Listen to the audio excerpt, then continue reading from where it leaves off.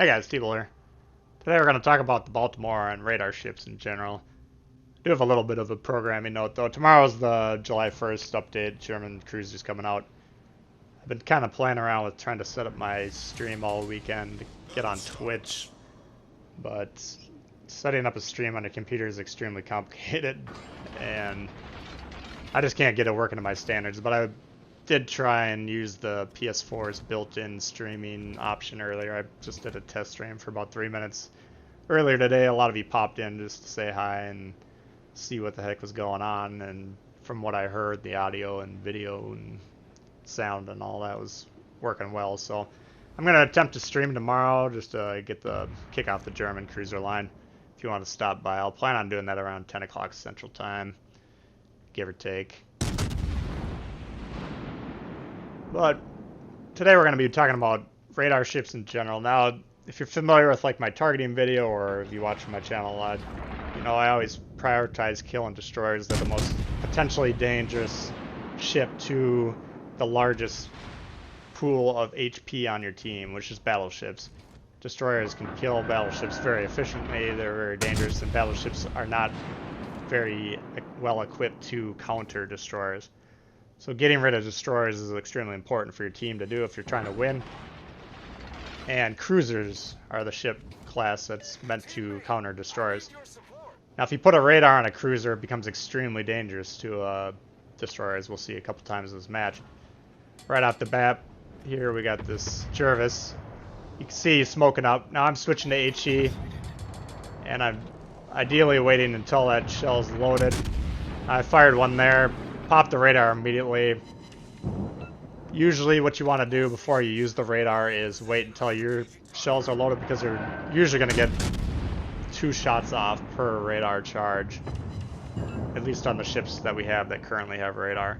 But because I had teammates here to also shoot this guy, I popped it as soon as he disappeared, and between me and them we're able to take him out very efficiently. So you can see the power of radar ships when it comes to taking out destroyers. That Jervis wasn't expecting it either. He didn't look at the team lineup when the game started, or he didn't know the Baltimore was in his neighborhood. But sitting still in smoke and you getting radared, just turn your PS4 or Xbox off, or you know, throw your headset, start raging, whatever it takes, because that's game over. Now here we got a Mogami, and he didn't get the notice about citadels on that ship, so I gave him a little bit of a notice there. 4 citadels. See these guns pack a punch, and he got him. So you combine the radar and the extremely potent AP shells on the Baltimore, and you have a very effective weapon platform. And to boot, this ship is actually fairly well armored. So if you angle it properly, you can, I'm not saying you want to go toe-to-toe with like a Colorado or an Amagi or something like that, just sitting there bow in on them or anything, but you can mitigate damage in this ship. It's not a paper-thin target is what I'm trying to say here.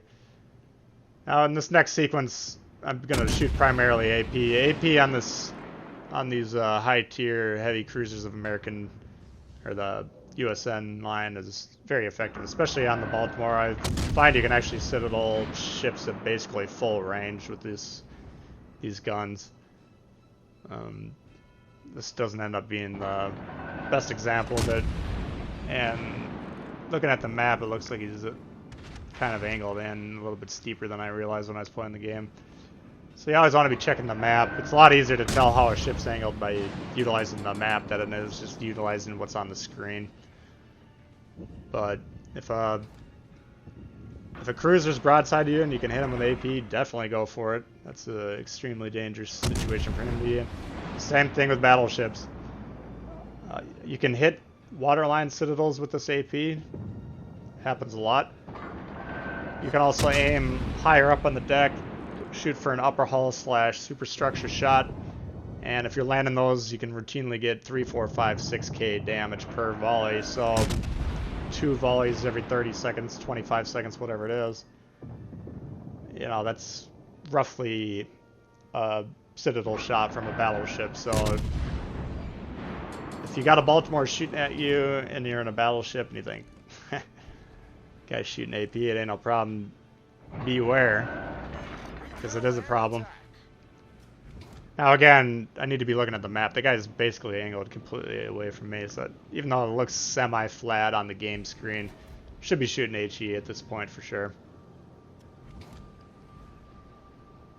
But yeah, if you're new to the Baltimore, or the heavy cruisers in general, all have very good AP rounds firing out of their guns. But definitely the Baltimore I find is an extremely potent gun system, so playing around with that AP, like I say, anything that's broadside to you besides destroyers, just shoot it with your AP rounds. Experiment with different spots on the ship, higher up, lower down by the water, and you're going to find it's very effective. Now I have Norman Scott on this build, or this line of ships. He's generally considered probably one of the best commanders in the game that we have right now. If you have him, he's a great inspiration for all your other cruiser commanders. I believe his trait enhances your accuracy, your precision, or whatever of your main guns. But his just skills that you can level up, his internal skills, I guess you would call them, are all very powerful for an offensive punch. So he's one of the, like, I don't have sims. You guys hear me complain about not having sims all the time. I did get Scott right off the bat, so I'm sure a lot of you would love to have Scott. So the commanders are just kind of random, but I've been kind of frustrated the last few weeks. I think even when they were resetting the operations every 2 minutes, I kept getting Jellicoe or Dewey over and over and over again, so I'm on a bit of a losing streak.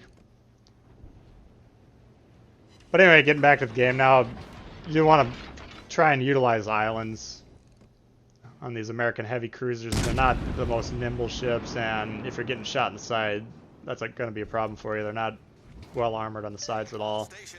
So if you're utilizing islands, if you're further out like this, I mean, it's not applicable in this situation, but you can find positions where if you fire, no one has a line of sight at you, take the shot, and you remain undetected. Or if what you want to try and do is make it so only one ship can shoot at you, potentially, and you do that by utilizing the cover available. Now there's a AP shot that landed and looked like about 4.5K, so it's just one example. We'll get a few more here on the Colorado coming up. But yeah, they're not the most nimble ships in the world, so utilizing island cover is kind of a hallmark of American heavy cruiser play. It's easier said than done on some maps, but maps like this, there's plenty of islands scattered around that you can hopefully use. You can see there we're hitting a citadel. That one might have hit right below the gun, even my guess. But even without the citadel shot, you can see you're getting some fairly juicy numbers there. Now, you can argue maybe you try and start a fire or two and then switch to the AP, just so you have the sustained damage, and then build on that with these strong AP rounds. And you'll notice I'm not shooting at the waterline. Colorado has very strong waterline armor.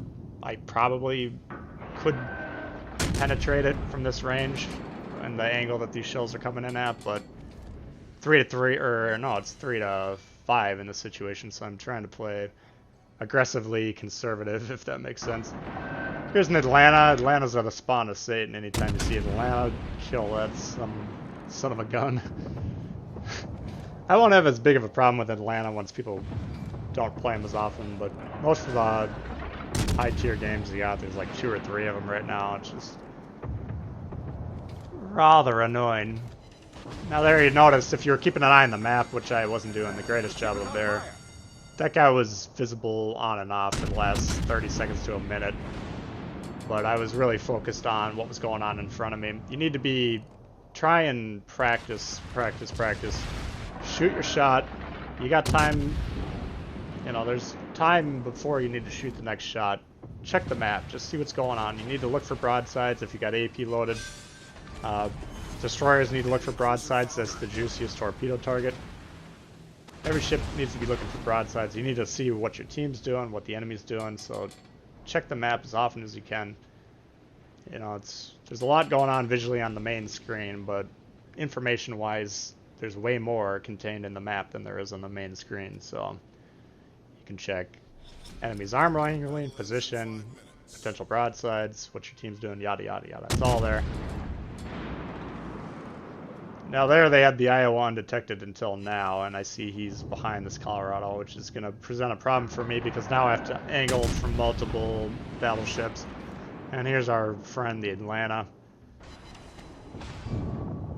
It's very easy to distract me with an Atlanta, especially if he's showing broadside. I'll drop whatever I'm doing just to kill him because reasons. I pull one decent shot into him, get a citadel there. We're up to 118, so pretty solid game. Baltimore can put up very high damage games. I'd rather have a 50k damage game where I killed 2 destroyers by using the radar than I'd get a 120k damage game killing no destroyers. You know, your main job is destroyer hunter extraordinaire.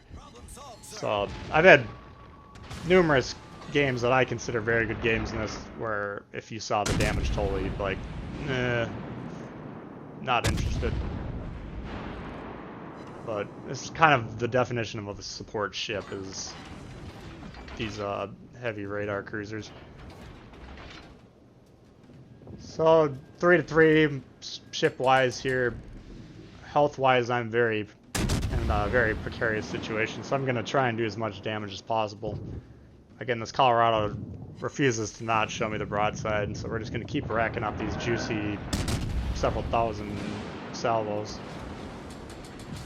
You know, and I do have this ship spec'd out with my commander. Again, we hit another citadel, so I got the reload maxed as best I can here. We're trying a waterline shot on the Iowa. Again, I'm trying to angle towards him. You don't want to be pointed directly at him, but just a slight angle like this. Obviously, I'm not going to get my back gun in, but I'd rather survive for another salvo or two with 2 front guns than die and get 1 extra salvo with the back.